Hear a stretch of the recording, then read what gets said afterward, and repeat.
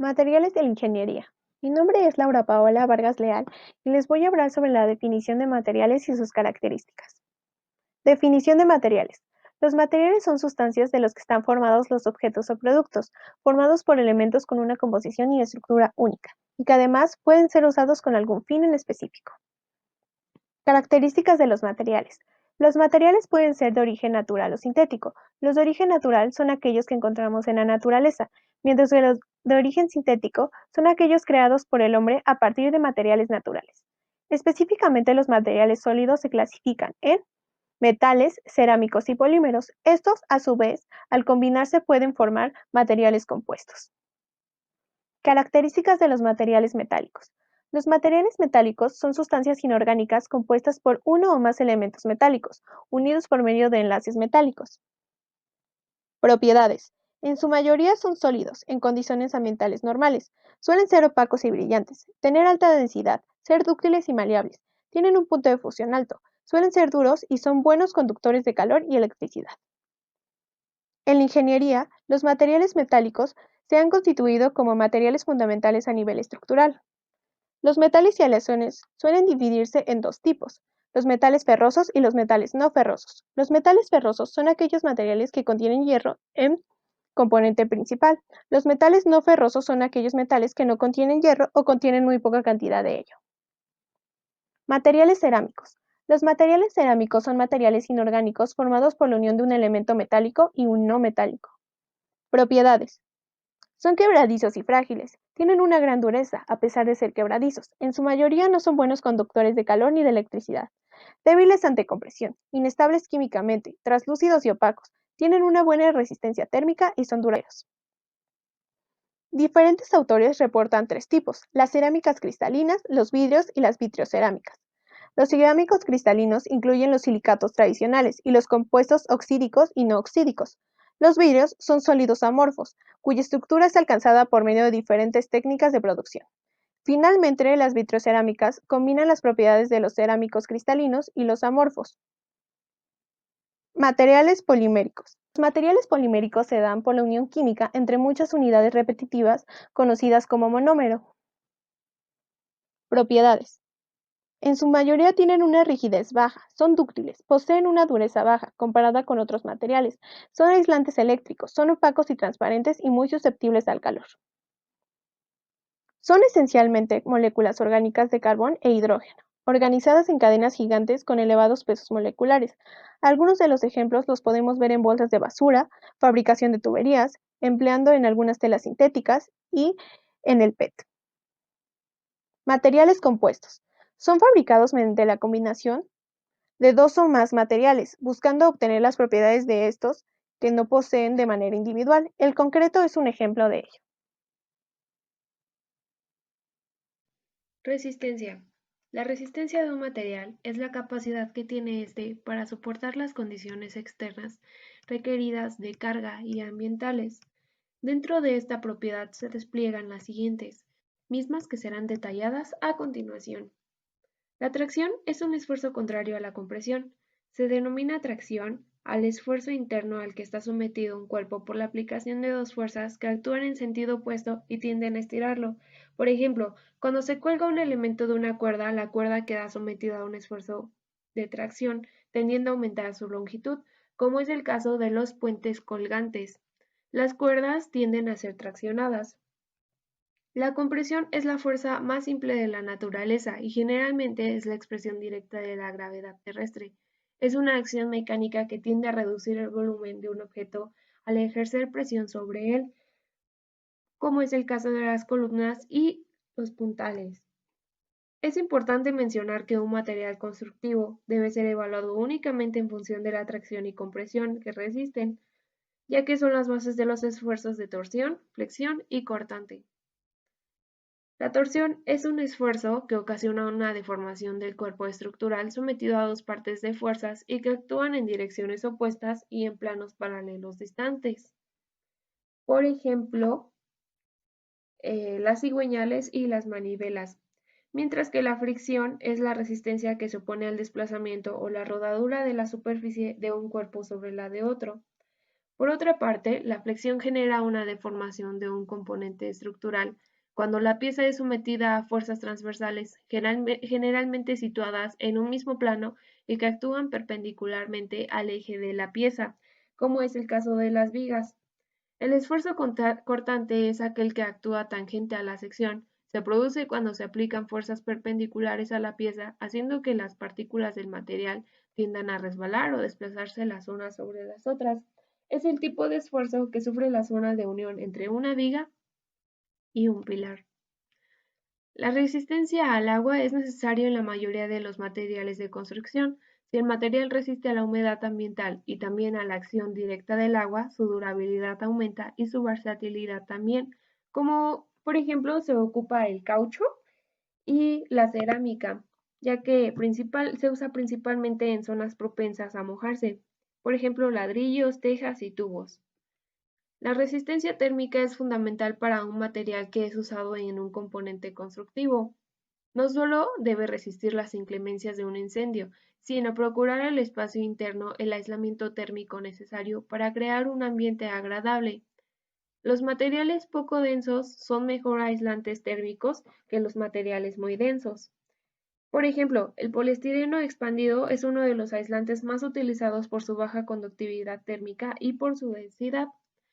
Finalmente, la resistencia acústica es un factor poco evaluado en los materiales usados comúnmente en la construcción. Sin embargo, el aislamiento acústico es muy importante en una edificación. Por lo general, los materiales que son aislantes térmicos son buenos aislantes acústicos. Como ejemplo, la espuma aislante acústica.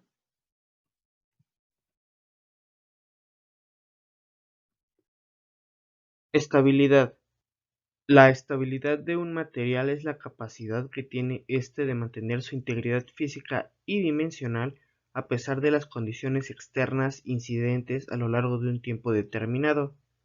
El material debe reunir cierta estabilidad dentro de los intervalos permisibles que permitan una deformación aceptable, una constancia en su estado físico, una durabilidad, una persistencia en su volumen, poca fragilidad y una persistencia en su acabado. Deformación aceptable. La deformación aceptable es la característica de un material de mantener su forma constante a pesar de los esfuerzos sobre él. La deformación puede ser temporal, constante o permanente sin llegar a la ruptura. Constancia en su estado físico. Para esto el material necesita mantener su estado asegurando la estabilidad. El estado sólido es el más estable, ya que es resistente a la compresión, por lo cual no cambia de forma y tiene un volumen constante debido a que sus moléculas se encuentran juntas y ordenadas, permitiendo tan solo un pequeño movimiento de vibración. Durabilidad. La durabilidad depende de la resistencia del material, de su calidad, así como del entorno y condiciones del clima donde se encuentra. La durabilidad o tiempo de vida del material no se puede calcular con exactitud, ya que depende de factores externos, como la humedad y la temperatura. Persistencia en su volumen. Es todo material que tiene un volumen constante sin importar los factores externos que intenten afectarlo, como el peso, el calor o el frío. Poca fragilidad. Esto se debe a la resistencia que tienen los materiales, la cual reduce la posibilidad de que el material se fracture o quiebre con gran facilidad, lo cual permite un mayor tiempo de vida útil y un cierto nivel de deformación. Persistencia en su acabado. Es cuando un material no pierde su detalle o acabado, logrando conservar su atractivo visual por un largo tiempo sin verse afectado, conservando su estética sin importar el tipo de acabado. Disponibilidad en función de su abasto local. Como bien sabemos, no siempre todos los materiales que deseamos están disponibles en nuestras cercanías cuando los necesitamos. Esto se debe a que los distribuidores de dichos materiales deciden qué productos son los más convenientes de comercializar en la zona en que se localizan, obligando a cambiar los materiales u ordenarlos de manera especial Óptica táctil. Dentro de la óptica táctil entra la plasticidad, moldeabilidad y versatilidad. Pero antes que nada, ¿qué es la óptica táctil? En la industria de la construcción, la óptica táctil o áptica representa la propiedad estética en los materiales de construcción, y como su nombre lo dice, da percepciones dominadas por el sentido de la vista y experiencia de la percepción del espacio, pero no se debe reproducir a tan solo una imagen. El sentido óptico debe tener racionalidad ecológica y cumplir una funcionalidad acorde a su estructura, teniendo así también un simbolismo. Por ejemplo, un tribunal, que es donde se ejercen los juicios, la óptica táctil entra cuando sabes que es un tribunal, porque la estructura impone, destaca su seriedad y su tosquedad, a diferencia de un hospital, donde dadas sus características, debe ser un lugar que te haga sentir limpieza y de cierta manera que es un lugar con mucha tecnología dentro. Estos son los simbolismos. En funcionalidad, debe cumplir con ser un territorio de interrelaciones, no solo para ser visto. Por ejemplo, un museo. Lo correcto sería que al verlo, su estructura te invite a entrar, experimentar, que te dé una experiencia multisensorial, para así tener una experiencia completa. Plasticidad. La plasticidad en la ingeniería civil se refiere a una estructura escultórica que tiene presencia al mirarla. En pocas palabras, lo contrario a una estructura simple. Por ejemplo, cuando miras un edificio cuadrado, este sería una estructura sin plasticidad. No causa asombro, solo un edificio más en una metrópoli llena de ellos.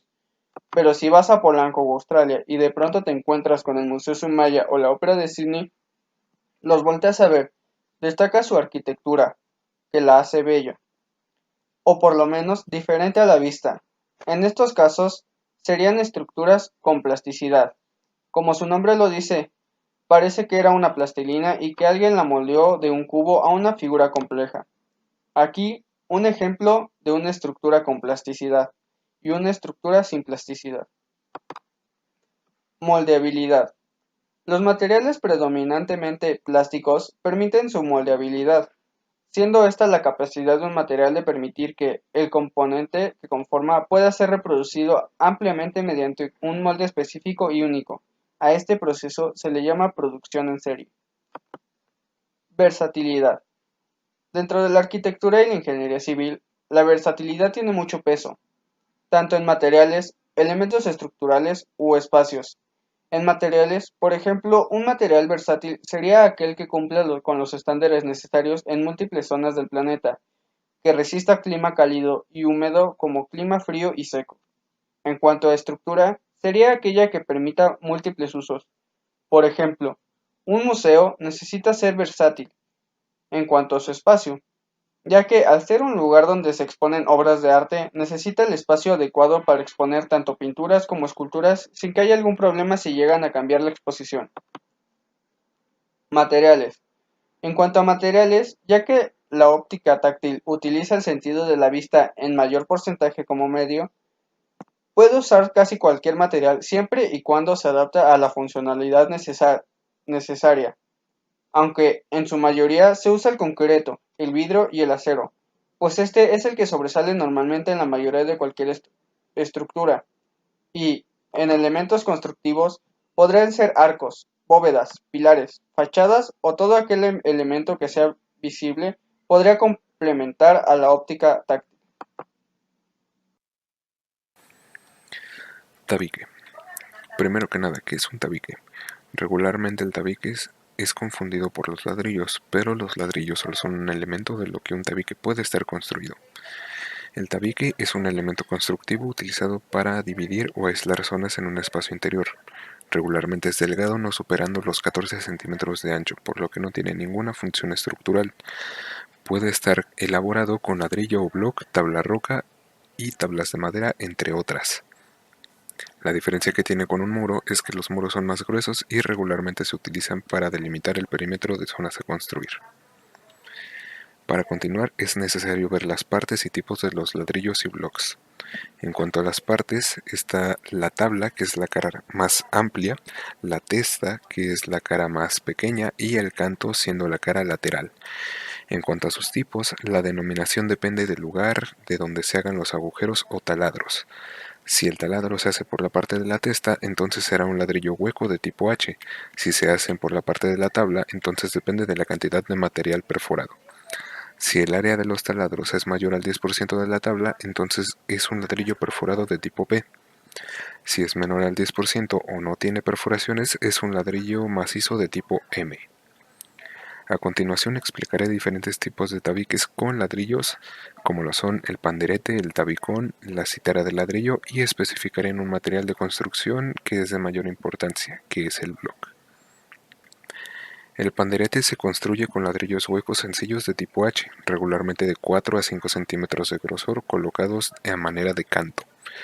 Se utiliza para delimitar zonas en interiores, excepto en zonas húmedas como baños, lavaderos o cocinas. En este tipo de tabique no se puede alojar ningún tipo de conducción con diámetro superior a los 2 centímetros, pues al momento de empotrarlo podría quebrar el tabique. Y extra esto, el tabique tiene que estar arriostrado, o sea, fijado por lo menos en 2 de sus lados opuestos, tanto verticales como horizontales, en pilares, muros, vigas, traves, etc. La cítara es un muro que tiene un grosor igual al ancho de un ladrillo. Esto se construye del ladrillo hueco doble colocados por la parte de la tabla. Debido a que está acostado, el grosor del tabique aumenta de 9 a 12 centímetros dependiendo del ladrillo. Es muy utilizado en divisiones de muros o lugares con múltiples habitaciones o espacios que requieren mucho aislamiento. Si la cítara no supera los 5 centímetros debe de estar arriostrada. La cítara de ladrillo macizo o citarón. Se construye a partir de ladrillos macizos de tipo M o P de 11.5 a 15 centímetros de grosor, colocados por la tabla. Puede ser utilizado para la gran parte de construcciones básicas como separar viviendas y locales contiguos, divisiones de zonas comunes, oficinas, habitaciones, entre otras. El block es un material fabricado en una gran diversidad de formas y dimensiones, con cemento, arena, grava y otros agregados para darle propiedades específicas como mayor resistencia a la humedad o a la temperatura. Debido a la variedad de formas y aplicaciones, su fabricación es diversa. Puede ser desde el directo colado hasta con maquinaria especializada controladas por computadoras para su compresión, hidratación, movilización y organización. Son fabricados con concreto de alta resistencia de 300 a 500 kilogramos por centímetro cuadrado, regularmente con curado a vapor y con altos niveles industriales, lo que genera por lo tanto en él una excelente calidad, siendo más confiable en construcciones de alto perfil. El block regularmente tiene un rendimiento de 12.5 piezas por metro cuadrado, además de que pueden ser coloreados a pedido del cliente para beneficio de un diseño. El block hueco se utiliza para cualquier tipo de muro, además su colocación es rápida y gracias a los huecos que tiene son capaces de integrar castillos. Cada pieza pesa alrededor de 14 kilogramos, cuenta con una resistencia aproximada de 90 kilogramos por centímetro cuadrado, mientras que el block macizo pesa 13 kilogramos aproximadamente y tiene una resistencia de 60 kilogramos por centímetro cuadrado. Por su tamaño y forma cuenta con mayor rendimiento al momento de colocarlo. Regularmente es utilizado en todo tipo de construcciones, en bardas, casas, bodegas, industrias, etc. Por último, el tabicón se construye con ladrillos huecos de tipo H de 9 centímetros de grosor que son colocados a manera de canto. Es muy utilizado en la división de zonas húmedas como baños o cocinas. También, gracias a su grosor, permite el alojamiento de instalaciones como drenajes o cableado eléctrico con un diámetro mayor a los 12 centímetros.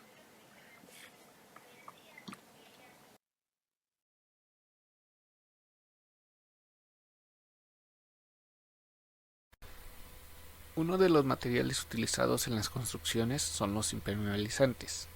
Los impermeabilizantes no es más que una sustancia de compuestos químicos que se encarga de detener el paso del agua, y entre otras funciones se encarga de prolongar la vida de una construcción. Existen varios tipos de impermeabilizantes. Hoy les hablaré de los más comunes y los más utilizados. El revestimiento de cemento es un polvo que tiene arena, químicos orgánicos e inorgánicos, y una sustancia basada en sílice. Los ingredientes activos se combinan con cal, causando una reacción de hidratación, lo que crea un sello a prueba de agua. Se usa en cimientos, paredes, aceras y pasarelas. Tiene una durabilidad inicial de 3 años, pero puede servir más tiempo si se le da un mantenimiento adecuado y si se le aplica un sistema reforzado. El revestimiento bituminoso como impermeabilizante es muy buena opción para superficies de concreto. Está formado por 2 capas. Una es una membrana de polímero que sirve de fondo y está reforzada con fibra de vidrio en ocasiones. La capa de arriba es de mineral granulado. Estas son derivadas del petróleo, por lo que son bastante flexibles a los cambios climáticos. Al tener una excelente adhesión, son ideales para la superficie que se encuentra a la intemperie, edificaciones, comerciales y residenciales. La durabilidad de este tipo de impermeabilizante es de unos 10 años. Los impermeabilizantes ecológicos están hechos a base de neumáticos reciclados. Cuentan con una gran elasticidad que favorece el soporte en los movimientos de una estructura, ya sea de contracción o expansión, lo cual es completamente normal.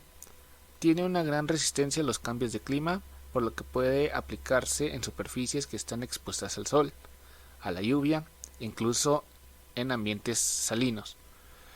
Los impermeabilizantes ecológicos pueden tener una durabilidad de hasta 10 años.